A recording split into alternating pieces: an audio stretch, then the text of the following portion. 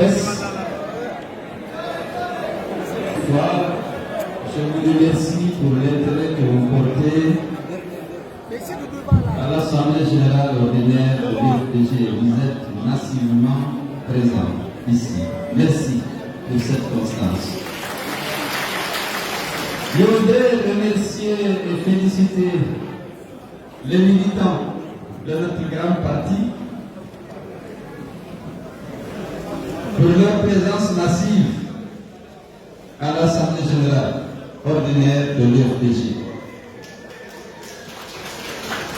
Mes remerciements et mes félicitations vont aussi à Madame Émilie, qui a su mobiliser la quasi-totalité des femmes de la résidant à Conakry et les convaincre d'adhérer à notre grand parti. Il y a 2 semaines, je crois, elles étaient là, nombreuses, et ont exprimé de manière sincère et convaincante leur confiance en l'UFDG et à son président. Aujourd'hui, partout, à Conakry comme à l'intérieur du pays, des citoyens guinéens quittent leur parti pour venir à l'UFDG. Nous avons le devoir d'être dignes de leur confiance, parce que parfois, ce n'est pas facile d'abandonner un parti pour lequel on s'est investi de longues années. Mais ils le font parce qu'ils ont compris que notre parti est la bonne alternative pour la Guinée. Ceux qui veulent qu'il soit construit dans notre pays une démocratie apaisée. Ceux qui veulent qu'il y ait un état de droit qui assure la protection de tous les citoyens sans aucune discrimination. Ceux qui veulent que les fils du pays soient réconciliés autour des valeurs essentielles. Ils sont en train de venir vers l'UFDG. Nous devons tous œuvrer, comme je l'ai dit, pour être dignes de leur confiance.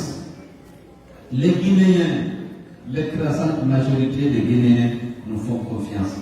Il y en a certes qui ne nous aiment pas, mais je pense qu'il y en a très peu qui ne font pas confiance à l'UFDG et à son président.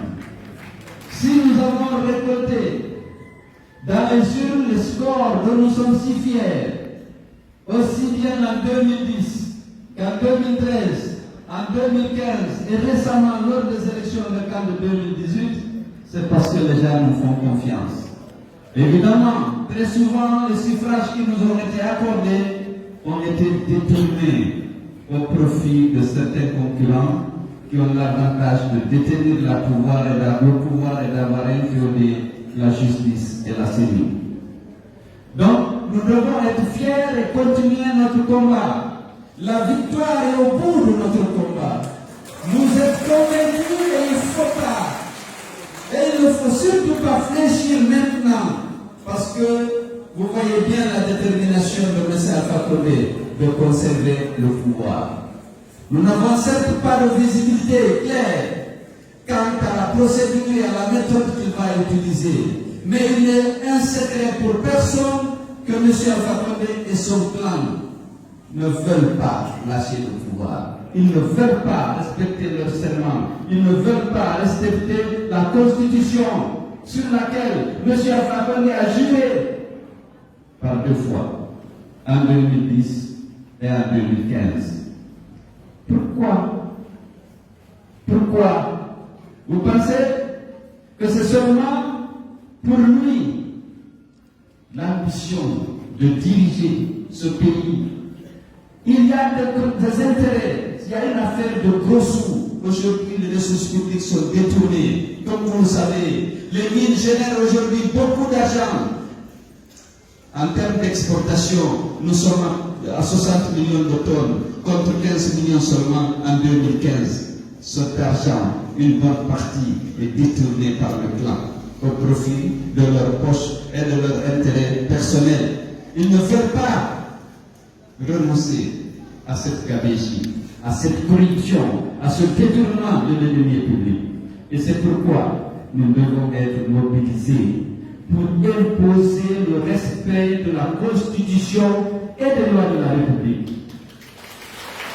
Je voudrais remercier et rendre hommage à M. Moussa Kourouma, notre secrétaire fédéral de Massanta, pour le travail qu'il a accompli, pour avoir fait gagner à l'UFDG la commune urbaine de Massanta, qui était un bastion du UFDG, vous le savez. Il est là avec son cousin M. Kourouma, il faut lui rendre hommage, pour avoir d'abord sensibilisé et voté les citoyens de Massanta, mais pour avoir organisé aussi et sécurisé la commune malgré toutes les campagnes d'intimidation, de corruption des élus. Campagne menée par le RPG avec la complicité des préfets et des sous-préfets qui avaient peur qu'Alpha Condé dise qu'ils ont laissé échapper au RPG la commune de Massanta. Ils l'ont gagné et le RPG gère la commune de Massanta. Il faut le féliciter. Vous avez vu l'autre Kourouma qui a pris la parole, il était presque fondateur du RPG. Il a compris que le RPG n'a pas d'avenir parce qu'il ne défend pas les valeurs essentielles qui protègent l'unité de la nation et qui permettent d'asseoir une démocratie apaisée, instaurer un état de droit qui peut assurer la protection des droits humains dans notre pays. Il a quitté le navire comme font beaucoup d'autres actuellement. Je souhaite lui souhaiter devant moi encore bienvenue et lui adresser personnellement mes félicitations. Alors, vous savez que l'actualité est dominée par les élections législatives. Vous êtes en train de vous interroger. Il y a des concertations avec M. le Premier ministre. Il y a le troisième mandat. Tout ça, ça ne vise qu'un seul objectif. Octroyer à Alpha Condé une présidence à vie. Le 4 septembre, nous nous attendions à ce qu'il annonce sa décision déjà prise d'engager la Guinée vers l'adoption d'une nouvelle constitution. Ils ont changé de discours. Ils ont dit non, c'est des concertations d'abord. Ce qui est certain, vous le savez, je le sais, la presse ici présente le sait, Alpha Condé a déjà pris la décision de se maintenir au pouvoir, ou d'essayer de se maintenir au pouvoir. Quelle est la méthodologie, quelle est la procédure? Vous vous interrogez sans doute pourquoi il y a eu cette précipitation pour les élections législatives. Avec un chronogramme sur mesure pour bâcler ces élections. Pourquoi? Ces élections devaient avoir lieu depuis l'année dernière. Pourquoi n'avait-on pas mis à la disposition de la CENI les ressources pour que ces élections soient organisées à la date prévue? Pourquoi? Et maintenant, on veut organiser ces élections en 100 jours. Or, les techniciens, les commissaires de la CENI, toutes sensibilités confondues, à Kindia, avaient estimé qu'il faut 235 jours à partir de la mise à disposition des moyens pour organiser de bonnes élections.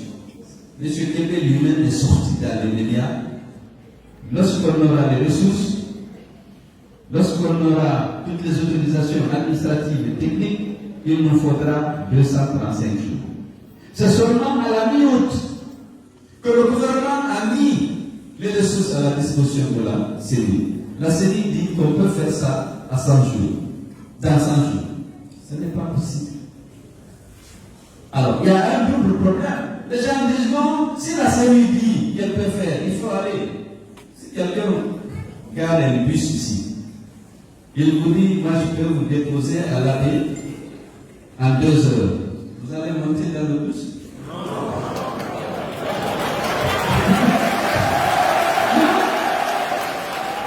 on ne peut pas. Il y a des choses crédibles dans la vie.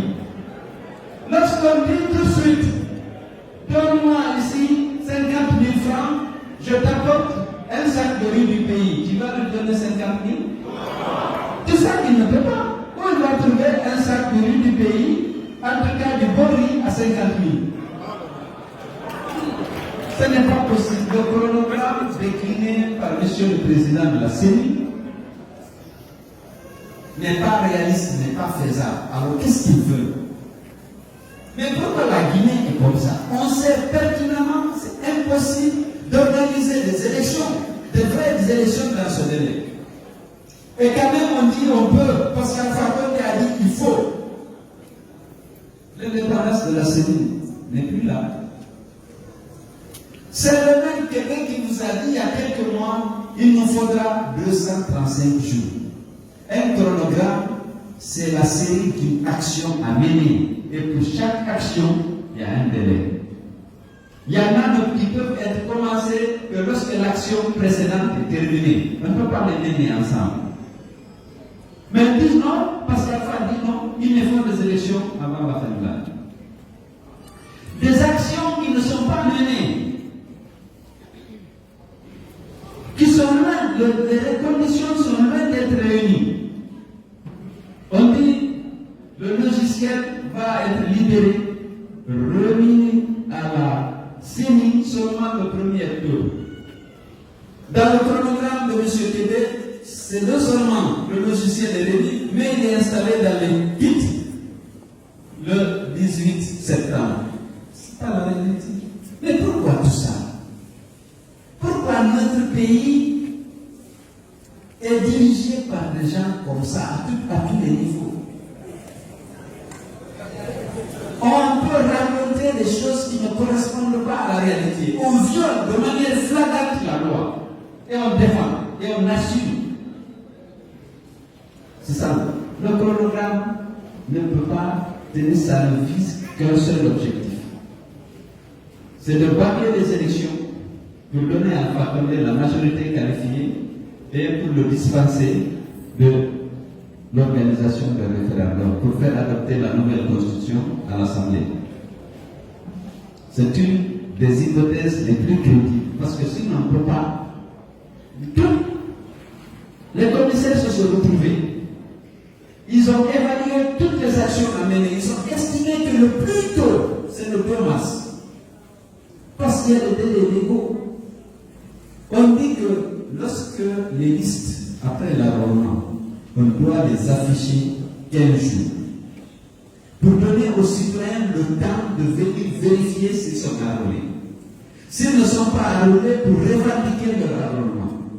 Au pire des cas, s'ils ne l'obtiennent pas, de saisir la justice. La loi donne même un délai à la justice. Ça fait 18 jours.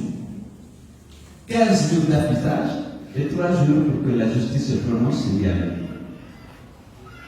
Il dit non, on peut faire ça en 3 jours, en 5 jours.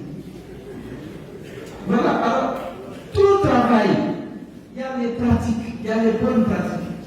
Lorsqu'on vous dit qu'un militant peut venir voter une législative, par exemple, à 1 minute, vous dites c'est pas possible. Il y a 2 jours. Il y a l'une nominale, il y a la lutte proportionnelle. Vous allez dans les urnes, vous choisissez la carte, vous venez voter une fois, vous venez le. Il y a des pratiques connues. Les délais d'exécution d'une opération, d'une action sont connus à l'international. Mais ils partent de tout. Mais il y a des délais. Alors, qu'est-ce que vous allez poser la question? Qu'est-ce qu'on fait?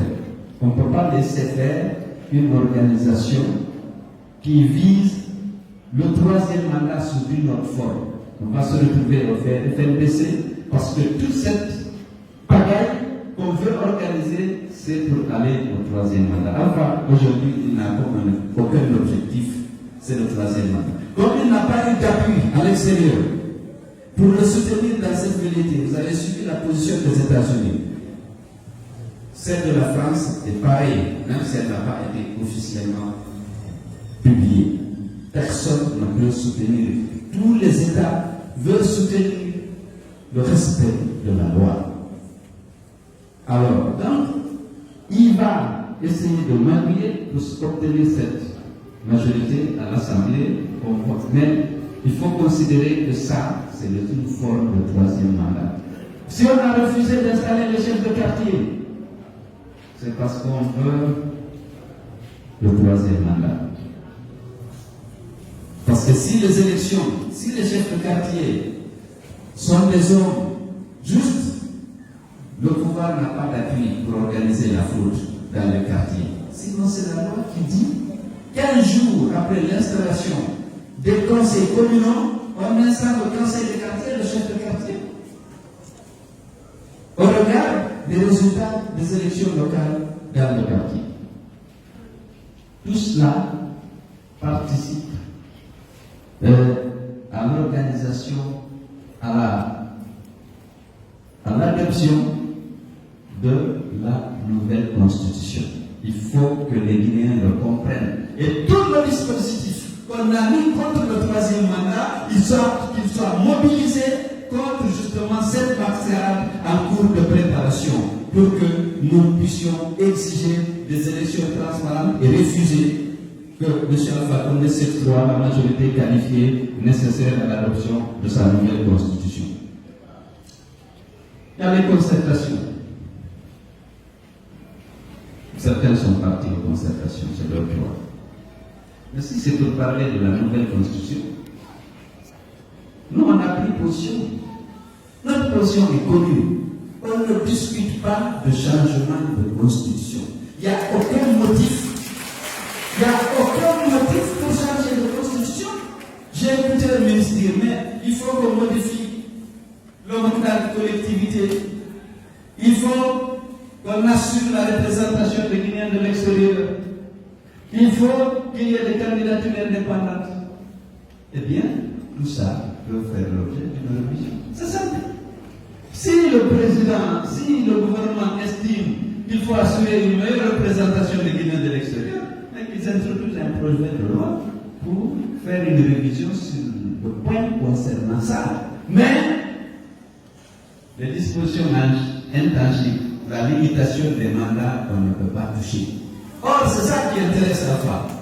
Lorsqu'il les écoutait, non, notre constitution est mauvaise, c'est pourquoi nos routes sont dégradées, c'est pourquoi on a eu Ebola, c'est pourquoi il y a eu l'impunité, c'est pourquoi on n'a pas mis en place la haute cour de justice, il faut qu'on la change. Ce n'est pas vrai, ça n'a rien à voir, ce n'est pas la constitution. La constitution, c'est la mauvaise gouvernance qui a généré tous ces problèmes dont on parle. On peut tout changer dans cette constitution, mais pas le nombre de la durée des mandats. Et c'est pourquoi, comme on ne peut pas changer ça, et c'est cela qui intéresse à Fakonde, il faut jeter cette constitution, faire adopter une autre. Mais cette constitution n'a pas prévu de disposition qui permet de la jeter à la poubelle. Ça n'existe pas. Dans tous les cas, donc, ce n'est pas légal. Pour le FDGE, pour le FNDC, il n'est pas question d'ouvrir un débat sur l'opportunité de changer de constitution parce qu'il n'y a aucun moyen légal de le faire et il n'y a aucune opportunité de le faire. Donc, pourquoi aller discuter? Notre position est connue. S'ils veulent la savoir, elle est connue. Elle est dans la presse, elle est dans nos déclarations, elle est dans nos prises de position, aussi bien au niveau du FNDC, au niveau de l'opposition républicaine, au niveau des autres partis membres de l'opposition politique. Nous avons pris des positions, on n'est pas pour un changement de constitution. Ce n'est pas légal, ce n'est pas opportun et c'est dangereux pour la paix et la stabilité, c'est dangereux pour la démocratie dans notre pays. Donc, on ne peut pas y aller. Aujourd'hui, la presse dit, celle-là dit qu'on peut réviser la constitution. Mais c'est de la malhonnêteté. J'ai dit, si on veut changer le mandat des élus, sauf le président de la République, parce que là, c'est férié. Le mandat des collectivités, des maires, mais on peut le changer. On peut introduire un projet de loi, on examinera sa pertinence, on peut voter à l'Assemblée. Si on veut que le Guinéen de l'extérieur soit représenté à l'Assemblée comme député de la diaspora, mais on introduit une loi, on n'a pas dit qu'on ne peut pas réviser la Constitution. C'est qu'on a dit qu'on ne peut pas réviser les dispositions intangibles. Donc, il ne faut pas écouter la presse. Non, c'est lui, il est d'accord. S'il n'y a pas d'accord, c'est pas vrai. Je ne suis pas d'accord. Je suis pour le maintien des dispositions intangibles dans la limitation de mandat. Il est dit que nul ne peut exercer plus de 2 mandats. Je suis pour ça. Si je suis président demain, je respecterai cette disposition. Je demande à l'Assemblée de respecter son serment, de respecter cette constitution à partir de laquelle il a été, disons, élu 2 fois. Et nous garantissons tous les avantages et privilèges de l'ancien président, mais qui respecte cette constitution sur laquelle il a juré 2 fois. Donc là, il n'y a pas de souci, mes chers frères, mes chers camarades militants. L'heure est à la mobilisation.